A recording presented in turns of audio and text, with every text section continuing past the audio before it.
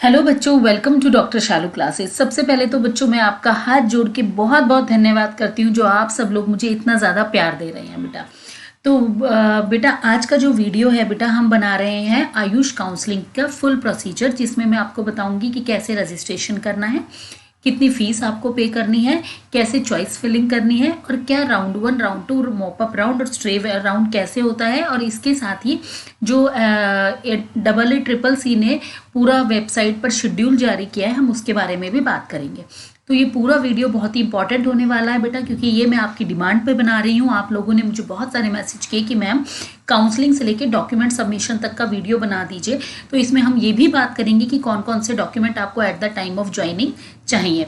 तो हम सारा इस वीडियो में सब कुछ डिस्कस करेंगे बेटा। तो इस वीडियो को एंड तक बने रहना है बेटा, और मेरे वीडियोज़ को ज़्यादा से ज़्यादा लाइक, शेयर और सब्सक्राइब करना। जितने ज़्यादा लाइक, शेयर और सब्सक्राइब आते हैं बेटा, उतना मुझे मोटिवेशन मिलता है और मैं और ज़्यादा मेहनत करती हूँ आप लोगों के लिए अच्छे अच्छे वीडियो बनाने के लिए। तो बिना देर किए बेटा हम अपना वीडियो शुरू करते हैं। तो बेटा सबसे पहले हम बात करते हैं कि ये आखिर आयुष होता क्या है, कौन कौन से कोर्सेज इसके अंदर है। तो अगर हम आयुष काउंसलिंग के बारे में बात करें तो बेटा जो बच्चे BMS, BHMS, BNYS, BUMS और BSMS यानी कि आयुर्वेदा, योगा, नेचुरोपैथी, यूनानी, सिद्धा और होम्योपैथी में एडमिशन लेना चाहते हैं, वो बच्चे आयुष काउंसलिंग में पार्टिसिपेट करेंगे। ठीक है, एडमिशन प्रोसेस आपको पता है, नीट का एग्जाम देना होगा और उसके स्कोर के बेसिस पर हम यहाँ पर एडमिशन लेंगे। टोटल आयुष सीट्स अब तक 52,720 हैं और जो आयुष के कॉलेजेस हैं 914 कॉलेजेस हैं, जिसमें BMS, BUMS, BHMS, BSMS और BNYS के कोर्सेज होते हैं। अब बेटा सबसे इंपॉर्टेंट चीज़ ये है, MCC ये काउंसलिंग कंडक्ट नहीं करती है, इसके लिए एक अलग से अथॉरिटी है, that is AACCC Ayush admission central counselling committee. तो ये आपका आयुष की काउंसलिंग कंडक्ट करवाती है। तो आयुष कोर्सेज से रिलेटेड जितने भी नोटिफिकेशन है वो आपको इसी की वेबसाइट पर जाके मिलेंगे। तो MCC MBBS और BDS के कोर्सेज की काउंसलिंग कराती है। बाकी जितने भी कोर्सेज है as well as BSc nursing भी MCC कराती है। इसके अलावा जो कोर्सेज हैं बेटा उनकी काउंसलिंग AACCC कंडक्ट करवाती है। इसकी ऑफिशियल वेबसाइट है बेटा AACCC.gov.in। तो आपको इस वेबसाइट पे जाना पड़ेगा सारे के सारे अपडेट्स के लिए। अब हम बात करते हैं कि कौन कौन कितने इंस्टीट्यूट हैं जिसमें एडमिशन AACCC की काउंसलिंग के थ्रू होता है बेटा। सबसे पहले तो जितने भी स्टेट्स हैं, जितनी भी यूनियन टेरिटरीज है, उनकी 15% जो ऑल इंडिया कोटा की सीट्स हैं उसमें जो चाहिए वो गवर्नमेंट और गवर्नमेंट एडेड इंस्टीट्यूट, उसमें जितने भी बच्चों का एडमिशन होगा वो इसी काउंसलिंग के टुवर्ड्स होगा। इसके अलावा जितनी भी नेशनल और सेंट्रल यूनिवर्सिटीज़ हैं उनकी 100% सीट इसी काउंसलिंग के थ्रू फिल की जाएंगी।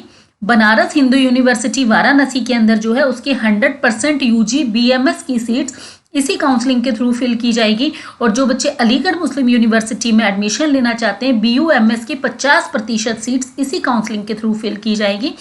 NIA शिलोंग और मेघालय, इनकी भी 50% BMS और BHMS की सीट्स इसी काउंसलिंग के थ्रू फिल की जाएगी। इसके अलावा बेटा जितनी भी डीम्ड यूनिवर्सिटीज हैं, जितनी भी प्राइवेट और डीम्ड यूनिवर्सिटीज हैं, उनकी 100% सीट्स इसी काउंसलिंग के थ्रू फिल की जाएगी। ASU एंड H इंस्टीट्यूट जो कि दिल्ली यूनिवर्सिटी के अंदर आते हैं, यानी 85% दिल्ली यूनिवर्सिटी का जो कोटा है as well as 15% all India का जो कोटा है, इसकी टोटल सीट्स इसी काउंसलिंग के थ्रू फिल की जाएगी। ITRA जामनगर गुजरात की BMS के 100% सीट्स इसी काउंसलिंग के थ्रू फिल की जाएगी। NIA जयपुर राजस्थान की BMS की 100% सीट इसी काउंसलिंग के थ्रू फिल की जाएगी। As well as NIH Kolkata West Bengal की 100% BHMS की सीट इसी काउंसलिंग के थ्रू फिल की जाएगी। तो आई होप आपको अगर इन कॉलेजेस में एडमिशन लेना है तो आप इसी काउंसलिंग के थ्रू ले सकते हैं। अब हम बात करते हैं कि किस तरीके से हमें काउंसलिंग शुरू करनी है, कैसे हम काउंसलिंग में पार्टिसिपेट कर सकते हैं। सबसे पहला प्रोसेस क्या होगा बेटा? सबसे पहला प्रोसेस होगा आपका रजिस्ट्रेशन। ठीक है, रजिस्ट्रेशन के लिए आप क्या करोगे, AACCC.gov.in उस साइट पर जाओगे, वहां पर लिखा होगा UG रजिस्ट्रेशन, उस पर क्लिक करोगे।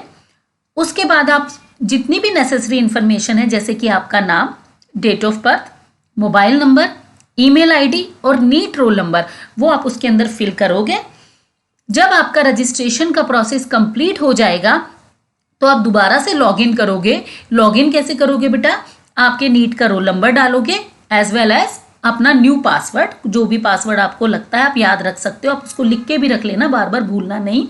तो वो आप पासवर्ड डालोगे और आपका एप्लीकेशन फॉर्म कंप्लीट हो जाएगा। ठीक है, तो फर्स्ट स्टेप हमारा पूरा हो गया रजिस्ट्रेशन। अब हमारा सेकेंड स्टेप आएगा बेटा, जब हम रजिस्टर कर लेंगे तो उसके बाद हमें फीस पेमेंट करनी पड़ेगी। दो तरह की फीस पेमेंट करेंगे बेटा हम, एक तो रजिस्ट्रेशन फीस जो कि नॉन रिफंडेबल होती है और एक सिक्योरिटी मनी जो कि रिफंडेबल होता है। ठीक है, जो रजिस्ट्रेशन फीस है बेटा गवर्नमेंट और गवर्नमेंट एडेड कॉलेजेस की, वो जनरल और ओबीसी की 1000 रुपीज है, SC ST PWD की 500 है, प्राइवेट कॉलेजेस और डीम्ड यूनिवर्सिटी की सभी कैटेगरीज के लिए 5000 है। सिक्योरिटी मनी जो कि रिफंडेबल है गवर्नमेंट और गवर्नमेंट एडेड के लिए 10,000 और प्राइवेट कॉलेजेस और डीम्ड यूनिवर्सिटी के लिए 50,000 है। अब बच्चों आपको चॉइस करनी पड़ेगी। जब आप रजिस्ट्रेशन करोगे तो उसमें आप टिक कर देना कि आप खाली अगर गवर्नमेंट के लिए करना चाहते हो और तो आपको सिर्फ 11,000 रुपए देने पड़ेंगे। अगर जनरल और ओबीसी से हो और SC ST से हो तो 10,500 आपको देने पड़ेंगे। लेकिन अगर आपको प्राइवेट की भी करनी है तो बच्चों के दिमाग में ये आता है कि सारी फीस भरनी पड़ेगी। नहीं बेटा, जो मैक्सिमम फीस है वो आप भरोगे। अगर आप प्राइवेट कॉलेजेस की भी साथ में करना चाहते हो तो 50,000 प्लस 5,000 यानी 55,000 आपको उसके अंदर भरनी पड़ेगी। आई होप ये पॉइंट भी क्लियर हो गया होगा।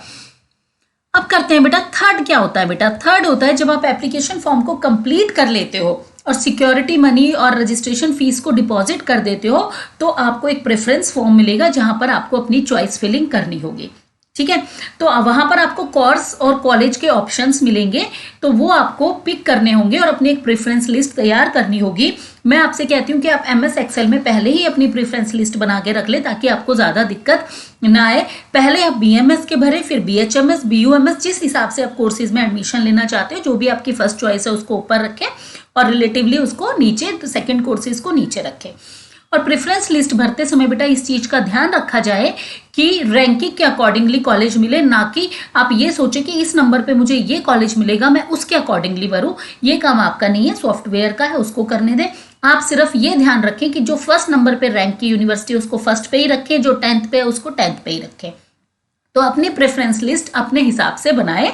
ठीक है, उसके बाद आपको क्या करना होगा, तो आप जिस भी कॉलेज को भर रहे हैं आप उसका फीस स्ट्रक्चर एक बार अच्छे से देख लें।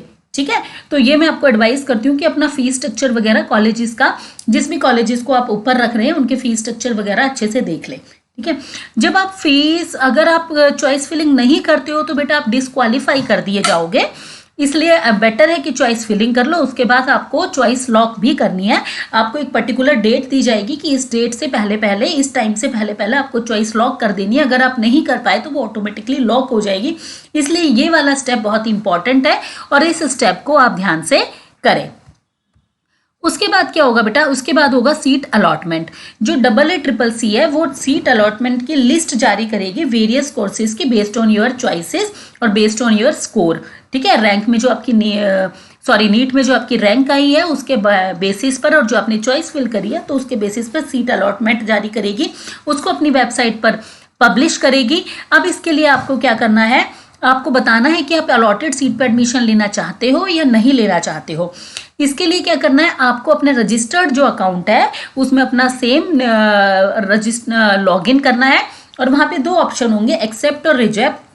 अगर आपको कंटिन्यू करना चाहते हैं उस सीट के साथ तो एक्सेप्ट करना है और आपको फ्री एग्जिट लेनी है। नहीं कंटिन्यू करना चाहते तो आपको उसको रिजेक्ट कर देना है। ठीक है, अब हम बात करते हैं कि कितने राउंड होते हैं और किस तरीके से काउंसलिंग होती है। सबसे पहला प्रोसेस मैंने बताया, AACCC.gov.in साइट पे जाओगे, रजिस्ट्रेशन करोगे, पेमेंट ऑफ फीस करोगे, सबमिशन करोगे, लॉकिंग ऑफ चॉइस करोगे और उसके बाद रिजल्ट आएगा। ये हुआ बेटा राउंड 1। ठीक है, तो राउंड 1 में आपका रिजल्ट आया तो उसमें 2 ऑप्शन है, या तो आपको सीट अलॉट हुई है या नहीं हुई है। पहले हम बात करते हैं जिन बच्चों को सीट अलॉट हो गई है। तो जिन बच्चों को सीट अलॉट हो गई है और वो उससे खुश हैं तो अपने जो अलॉटेड इंस्टीट्यूट है वहां पर फिजिकली जाएंगे, रिपोर्ट करेंगे और एडमिशन की फॉर्मेलिटीज पूरी कर लेंगे। सेकेंड हम उन बच्चों की बात करेंगे जिन बच्चों को सीट अलॉट हो गई है लेकिन वो खुश नहीं है और सेकेंड राउंड में जाना चाहते हैं, तो वो सीधा सीधा फ्री एग्जिट ले लेंगे। आपकी सिक्योरिटी मनी यहाँ पर फोरफिट नहीं होगी, इसलिए हम इसको कहते हैं फ्री एग्जिट। थर्ड हम उन बच्चों की बात करेंगे सीट अलॉट हो गई है, कॉलेज में जाके रिपोर्ट कर दिया है, लेकिन आप उसको अपग्रेड करवाना चाहते हैं।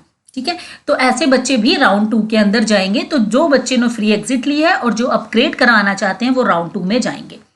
अब हम उन बच्चों की बात करेंगे जिनको सीट अलॉट नहीं हुई है, तो डेफिनेटली उनके पास चॉइस नहीं है, वो राउंड 2 में ही जाएंगे।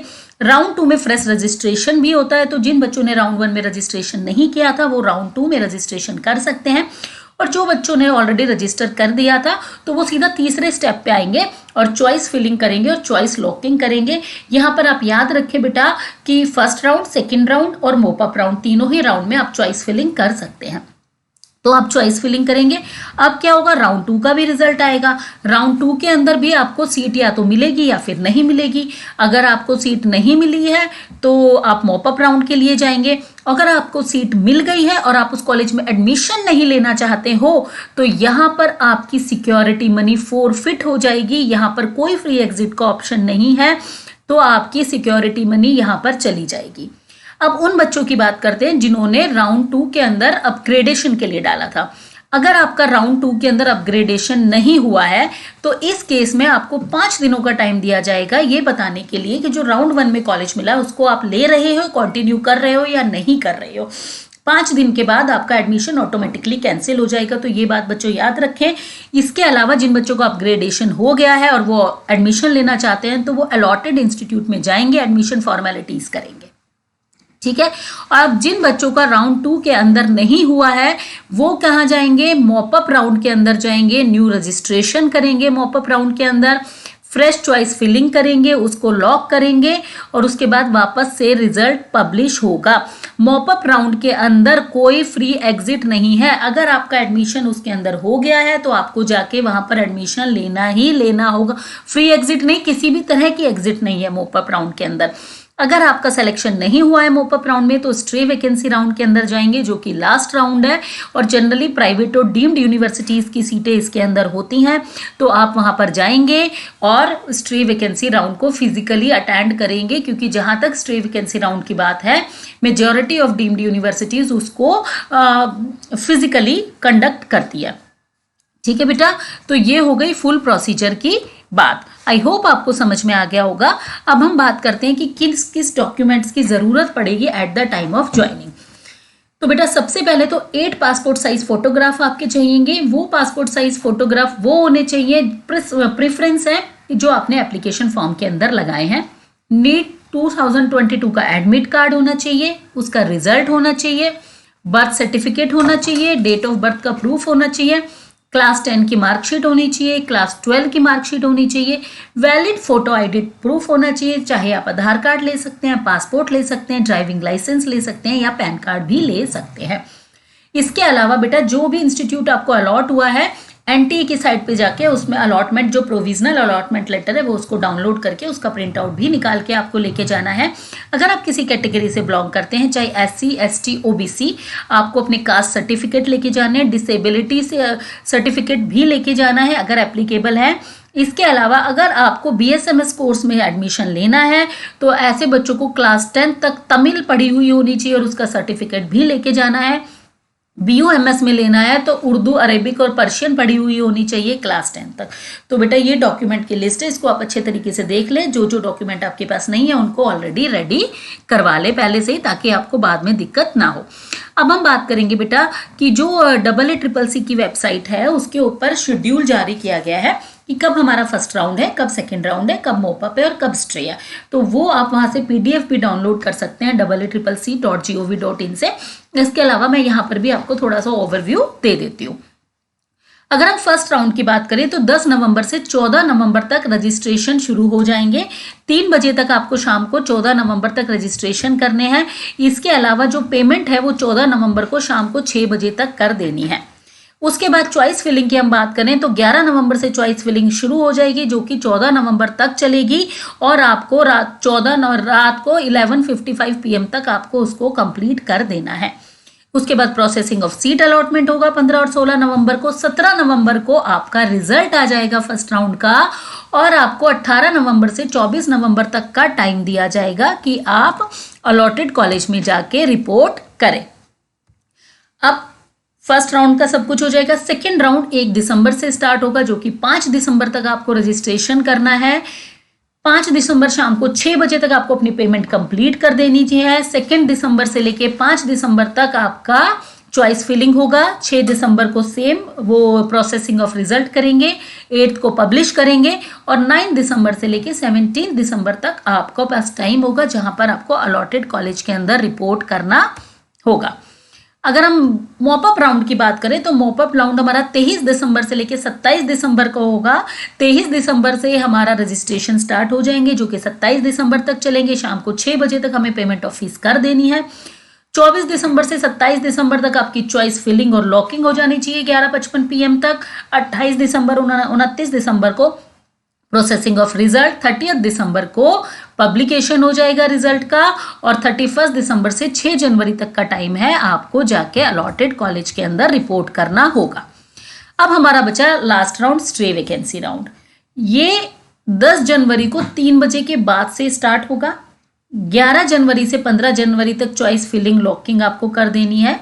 16 जनवरी से सबमिशन ऑफ विलिंगनेस, मतलब पब्लिकेशन ऑफ वेकेंट सीट जो होंगी वो 11 जनवरी से 15 जनवरी तक होंगी कि कितनी कितनी सीट किस किस कॉलेज में वेकेंट है। उसके बेसिस पर 16 और 17 जनवरी को आप चॉइस फिल कर लोगे।